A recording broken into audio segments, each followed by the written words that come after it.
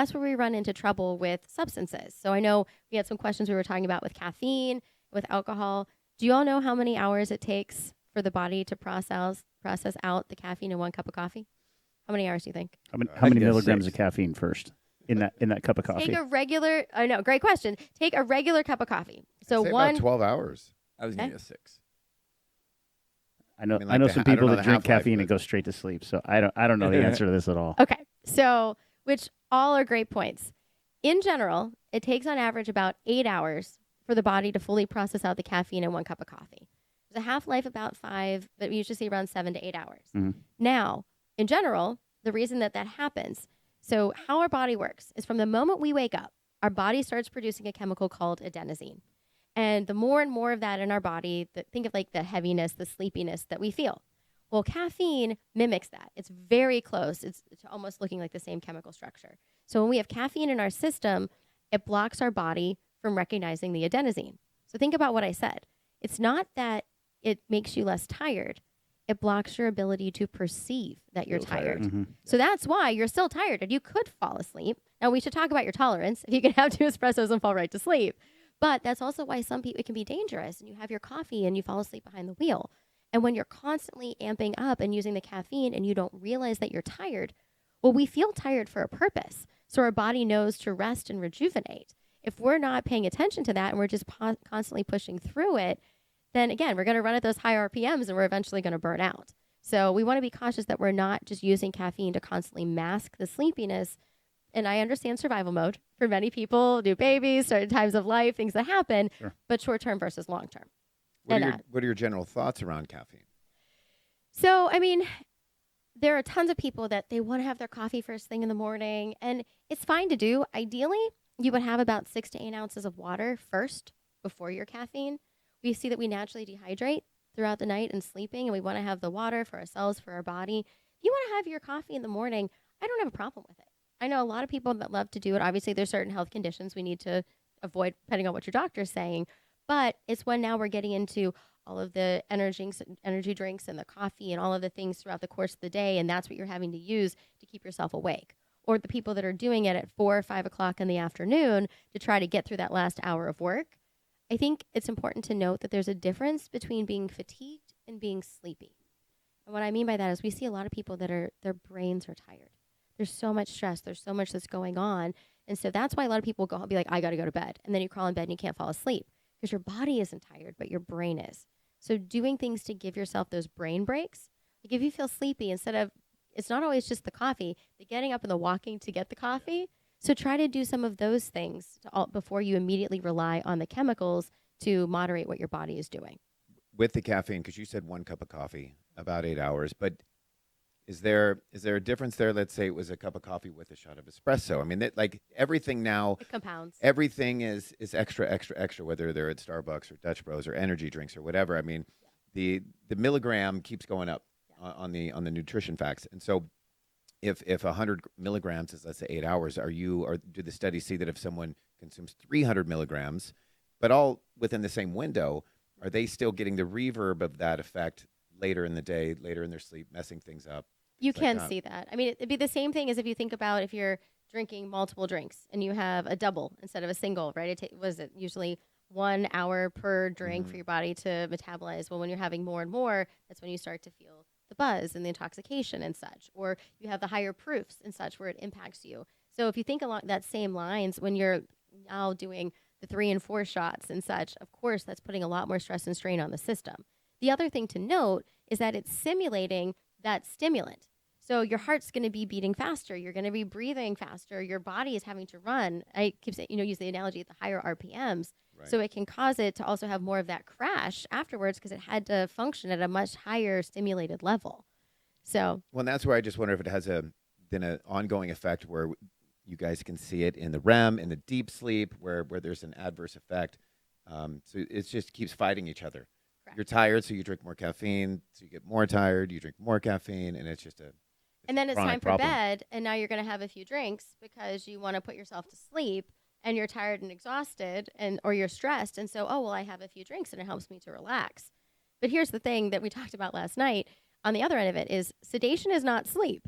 So just because you're unconscious does not mean that you're getting quality restful sleep. And we know that alcohol can be a REM suppressant and it fragments your sleep. It makes you wake up more frequently, not just because of your bladder. Now, I'm not saying you're not going to have your nightcap or you're not going to have a glass of wine with dinner if you can and your doctor says it's helpful, but or it's healthy for you. But the thing is, we don't want to be using just the caffeine to constantly keep us awake and then self-medicating with having a few drinks at night to fall asleep. And now we're on this constant cycle where the chemicals are driving a system that our body should ideally be doing naturally. Okay, on that topic of the chemicals, what's very common now is the over the counters. You know, this stuff, melatonin, you know, everyone's going to talk about that. And there's other things that people find at the grocery store.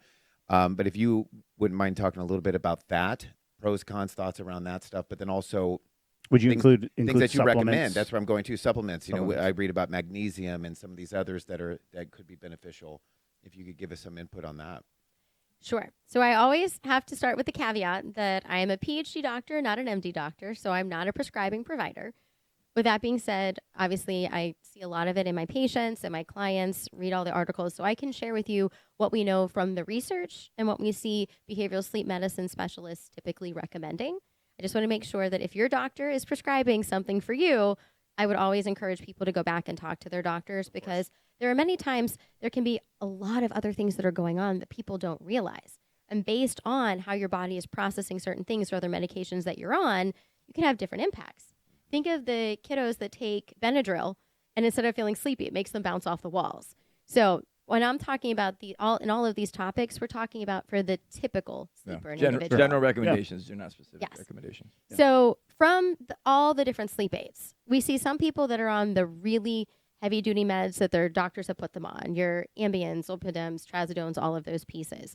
Now, some people are taking those because their doctors have them on other things or that's what they say they need. There are other people that have been on it for so long and say that they want to get off them. So I have worked with individuals to do that, obviously with their doctor working with them, and we usually are trying to help them to get on more of the naturally occurring supplements when we can for to be things that the body is already naturally producing or things that they'd be getting through diet and nutrition and such if they can.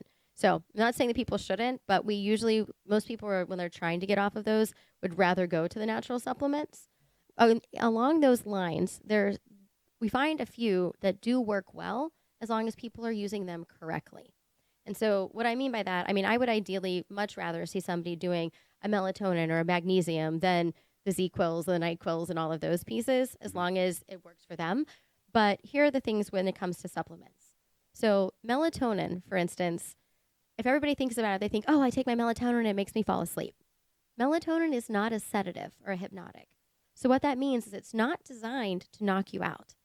It's what's called a phase shifter. So if we look at how our body produces melatonin, about 4 to 6 hours before we go to bed, that's when we see the first spike of melatonin. And so typically the body is producing it earlier, hours before we go to bed, so that the body knows to prepare and start to feel tired and sleepy, and then it helps to set your circadian rhythm. So ideally, they're usually saying take it about 2 to 4 hours, or at least 1 to 2 hours before you go to bed, so that your body is preparing to feel tired and sleepy. When you take it right before bed, yes, you're going to fall asleep, but what's happening is you can see how that's basically extending that sleepiness window.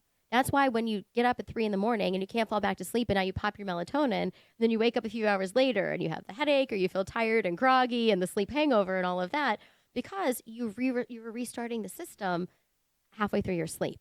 So that's one of the things is we want to make sure we're taking it at the right time. We also will see that a lot of people are taking much higher dosages than are necessary and needed. And what happens there is then your body stops producing it on its own.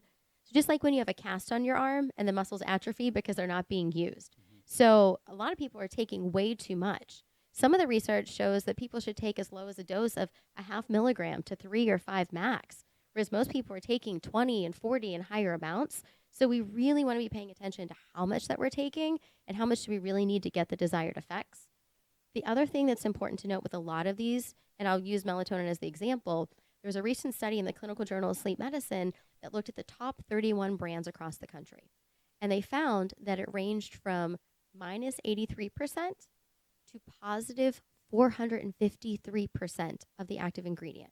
So what that means is basically a lot of people were buying these things thinking they were getting melatonin. Don't even know what you're getting. And it barely had any in it or had way too much, or it had fillers like serotonin and other things. So if you're going to use these, you want to make sure that you get a brand that does third-party testing. So you have an external source that's checking to make sure that you're actually getting what you want to get. So if you're actually getting the melatonin, you're not overdosing yourself on it, and you're taking it at the right time, we can see it have amazing positive impacts on people's ability to sleep. So I'm not knocking it. I just want to make sure that people know enough to be able to take it correctly. Right. Same things we see, for instance, with magnesium, which you brought up.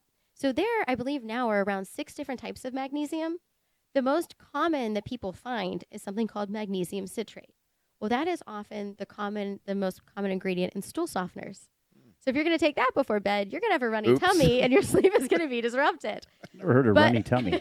I'm Interesting. going to be That's polite. that's a for nice your- way of saying it. I like that. But there's a different type, magnesium glycinate. So G, think G, go to sleep. That we see, again, behavioral sleep medicine specialists recommending that one, what it does is it helps the body to relax.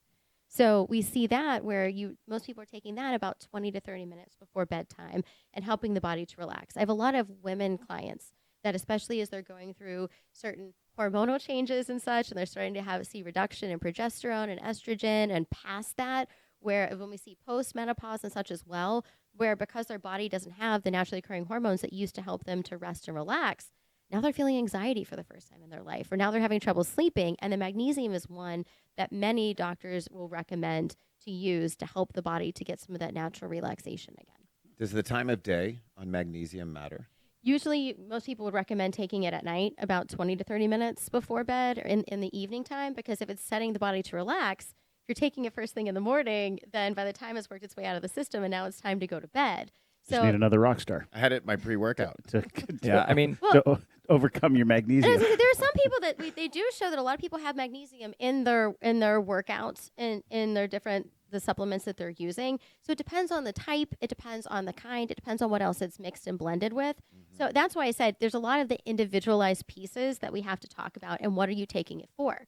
There are a lot of people that like to take magnesium before their workout because of what it helps with the body and the muscles and such. The other thing I do want to comment on is that it's really important when people are having sleep issues, whether it's temperature regulation, if we see like restless leg and movements and those things, to check iron levels. Mm-hmm.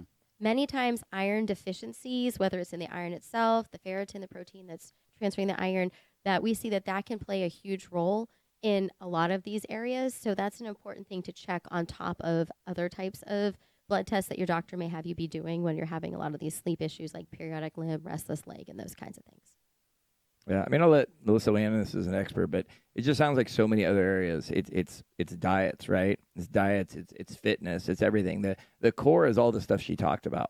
You know, the stuff you can do to get yourself in position to have better sleep. But typically, people want to go right to the top of the pyramid. You know, for the supplements. The supplements are going to be the magic answer. I don't know how much sleep I need. I'm going to read my screen. I'm going to watch TV. I'm going to do everything wrong. But if I take that magnesium, pill, that's going to do it for me. And the melatonin. And that, I mean, that's just like anything, right? Everyone's looking for the magic quick bullet. fix. And unfortunately, it's the things you can, you know, like she said for an hour here, the things you can actually do to get better sleep. I mean, those Simple versus help, easy. right? Those help. Simple But versus easy. tip of the pyramid, not the base. That's not the first thing you go to. Training's better. Training's better. And finally, we'd like to thank Amundi Pioneer for sponsoring this podcast and our time with Dr. Milanak.